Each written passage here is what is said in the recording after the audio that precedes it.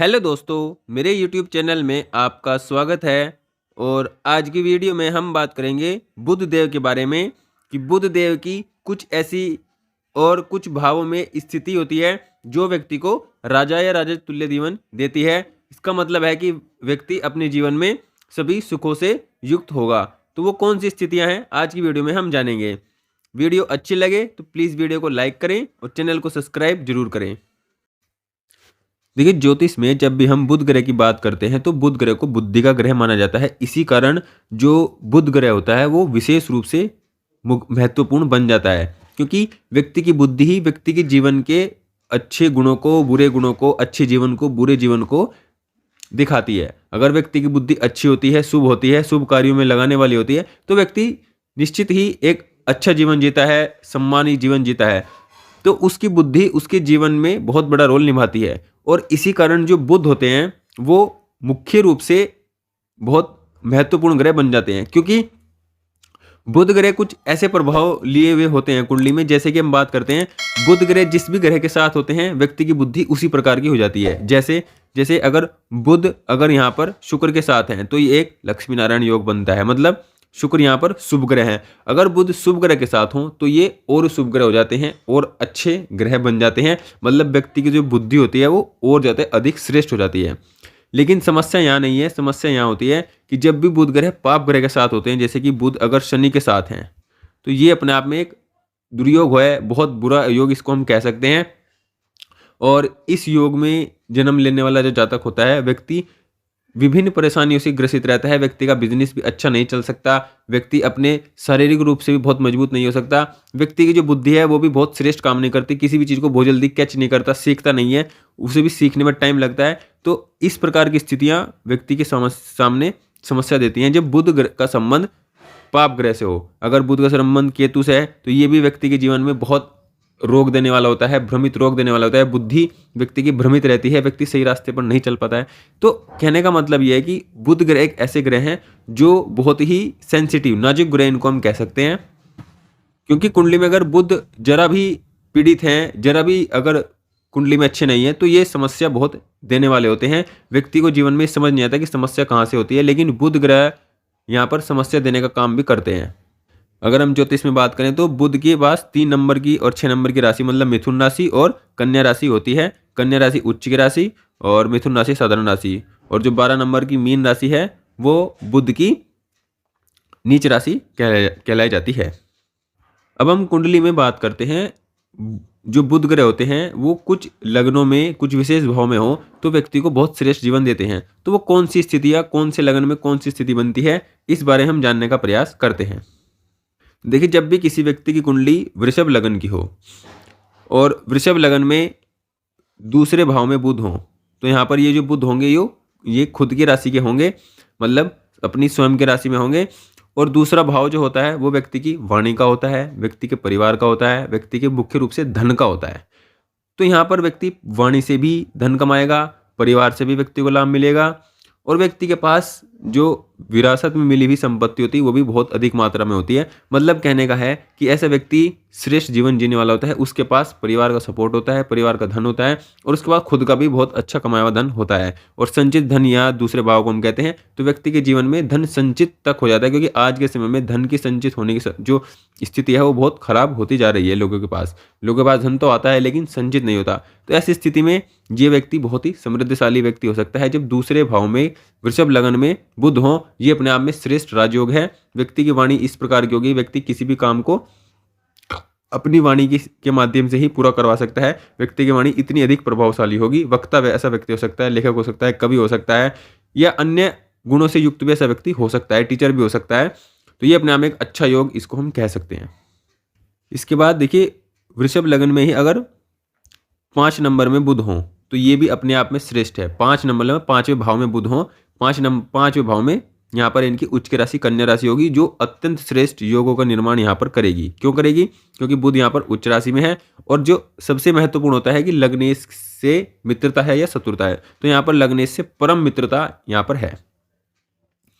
और बुध यहाँ पर बैठकर देखिए लाभ भाव को भी देखेंगे, और लाभ भाव को देखेंगे तो जीवन में लाभ की कमी कभी नहीं होने देंगे, धन की कमी नहीं होने देंगे। और ऐसे व्यक्ति की बुद्धि इतनी तीव्र होती है कि वो अपनी बुद्धि के दम से ही या बुद्धि के बल पर ही व्यक्ति बहुत अधिक धन कमा लेता है, बहुत अधिक सम्मान का लेता है और बहुत अधिक उपलब्धियां भी पा लेता है। तो जीवन में ऐसे व्यक्ति की क्रिएटिविटी बहुत अच्छी होती है। ऐसे व्यक्ति किसी क्रिएटिविटी फील्ड में जाएं या ज्ञान के क्षेत्र में जाएं, बुद्धि से रिलेटेड मैथ, रीजनिंग या इस तरह से, मतलब जो भी दिमाग से किए जाने काम है, बुद्धि से किए जाने वाले काम है, उन सब में व्यक्ति बहुत श्रेष्ठ काम करता है। अकाउंटेंट हो सकता है, बिजनेसमैन हो सकता है, सीए हो सकता है। तो ये गुण ऐसे होते हैं। तो कहने का मतलब ये है कि बुध अगर वृषभ लगन के 5वें भाव में है तो ये भी राजयोग जैसा जीवन है, और ऐसे व्यक्ति के जीवन में भी जो स्थितियां होंगी बहुत अच्छी होंगी। ऐसा व्यक्ति भी राजा के समान जीवन जिएगा, धन और लाभ की जीवन में कमी नहीं रहेगी। अब वृषभ लगन में ये अगर बुध लगन में हो तो ये भी अत्यंत श्रेष्ठ है। ऐसा व्यक्ति भी बहुत अधिक बुद्धिमान बिजनेसमैन होता है ऐसा व्यक्ति, और ऐसा व्यक्ति भी जीवन में धन को भी प्राप्त करने वाला और अपनी बुद्धि अपने ज्ञान से अपने जीवन में अपने घर परिवार को भी अच्छा चलाने वाला, अच्छा दिशा देने वाला, दूसरों को भी अच्छी सलाह देने वाला होता है। तो ये भी अपने आप में एक अच्छी स्थिति का निर्माण यहाँ पर करता है। बुध अगर लगन में ही हो तो व्यक्ति बहुत सारी कलाओं से युक्त होता है, उसके पास मतलब मल्टी टैलेंटेड होता है। ऐसा व्यक्ति विभिन्न अलग अलग कार्यों का ज्ञाता होता है, जानकार होता है, मतलब उसके पास एक से अधिक काम होते हैं, अलग अलग क्षेत्रों से धन कमाने वाला होता है।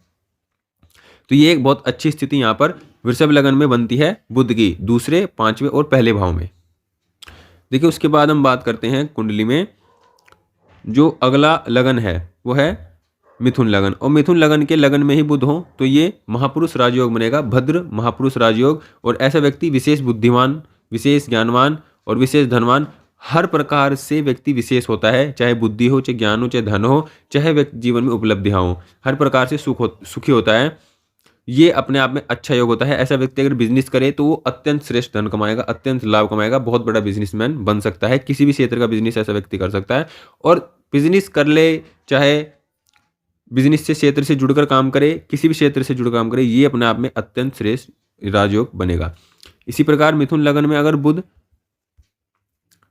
चतुर्थ भाव में हो तो ये भी एक अत्यंत श्रेष्ठ राजयोग है। ऐसा व्यक्ति, चतुर्थ भाव जो होता है वो व्यक्ति के सुख सुविधाओं का होता है, व्यक्ति के जीवन में उसकी भावनाओं का होता है, जनता का होता है। तो यहाँ पर देखिए बुध अगर चतुर्थ भाव में है तो ऐसा व्यक्ति समाज में मान सम्मानित होता है, समाज में अच्छी छवि वाला होता है, माता से संबंध अच्छे होते हैं, व्यक्ति मन से खुश होता है, मतलब ऐसा व्यक्ति सुखी होता है और अच्छा जीवन जीने वाला होता है, सुख सुविधाओं वाला जीवन जीने वाला होता है, भौतिक सुख सुविधाएं व्यक्ति के पास भरपूर होती हैं। तो ये भी अपने आप में एक अत्यंत श्रेष्ठ स्थिति बनती है। उसके बाद देखिए बुध अगर मिथुन लगन के 5वें भाव में हो तो ये भी अत्यंत श्रेष्ठ स्थिति बन जाती है। और यहाँ पर भी बुध जो होते हैं वो व्यक्ति की बुद्धि से, व्यक्ति के ज्ञान से, व्यक्ति की क्रिएटिविटी से बहुत अच्छा जीवन व्यक्ति को देते हैं। तो बुध मिथुन लगन में पहले, चतुर्थ और 5वें भाव में हो तो ये अत्यंत श्रेष्ठ है, मतलब ये भी राजयोग जैसा जीवन है, व्यक्ति राजा जैसा जीवन जीता है। तो ये अत्यंत श्रेष्ठ राजयोग है। अगला जो लगन है वो है सिंह लगन। अब सिंह लगन में अगर लगन में ही बुध होंगे तो ये अपने आप में बहुत श्रेष्ठ है। ऐसा व्यक्ति विशेष धनवान होता है। जैसे हम बात करें कि कुंभ राशि है, कुंभ राशि में अगर गुरु हो तो व्यक्ति विशेष धनवान होता है, व्यक्ति के पास धन की कमी नहीं होती है, बेहद धनशाली या बेहद धनवान ऐसा व्यक्ति होता है।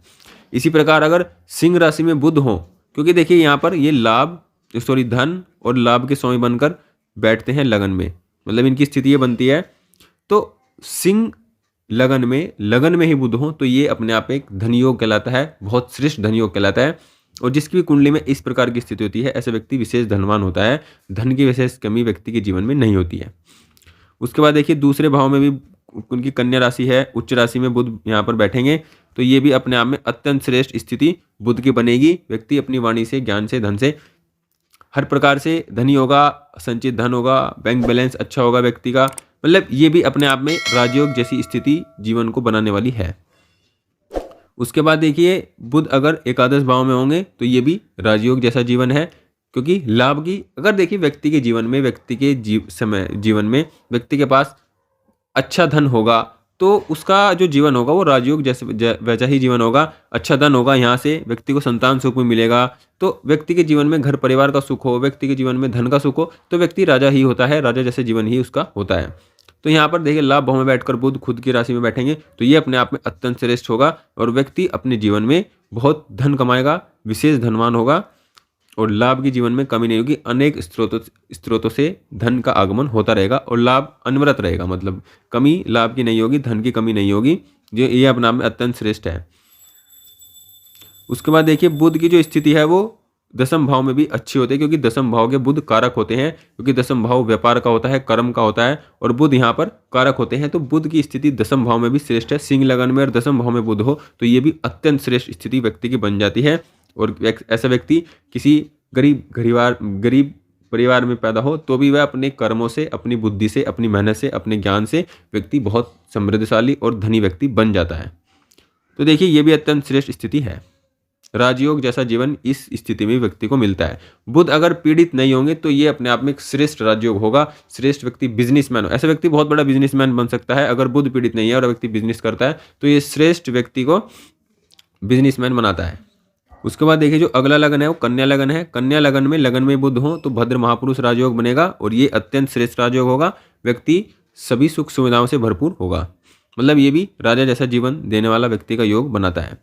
उसके बाद देखिए बुध अगर दूसरे भाव में होगा तो दूसरे भाव में होने से व्यक्ति के जीवन में धन की स्थिति उच्च रहेगी, अच्छी रहेगी। जीवन में धन की कमी व्यक्ति के पास नहीं होगी और ये स्थिति भी व्यक्ति को बहुत धनी बनाने वाली होगी। उसके बाद देखिए ये स्थिति जो है दसम भाव में बुध हो कन्या लगन में तो ये भी भद्र महापुरुष राजयोग बनेगा और ये भी अत्यंत श्रेष्ठ स्थिति वाला योग बनेगा। इसमें व्यक्ति उच्च कोटि का व्यापारी होता है और व्यापार से अनेक व्यापार बनाने वाला होता है। मतलब ऐसा व्यक्ति ऐसा होता है जिसके अनेक व्यापार होते हैं। मतलब एक व्यापार शुरू करने के बाद व्यक्ति इतना लाभ कमाता है, इतना धन कमाता है कि वह एक व्यापार से शुरू करके ही दूसरे अन्य व्यापारों को भी शुरू कर सकता है। तो ये भी अपने आप में अत्यंत श्रेष्ठ स्थिति कन्या लगन में बनती है। ऐसा व्यक्ति भी राजयोग जैसा जीवन ही जीता है। उसके बाद देखिए कन्या लगन में ही अगर बुध नवम भाव में हो तो ये भी व्यक्ति को बहुत श्रेष्ठ धन देने वाला होता है।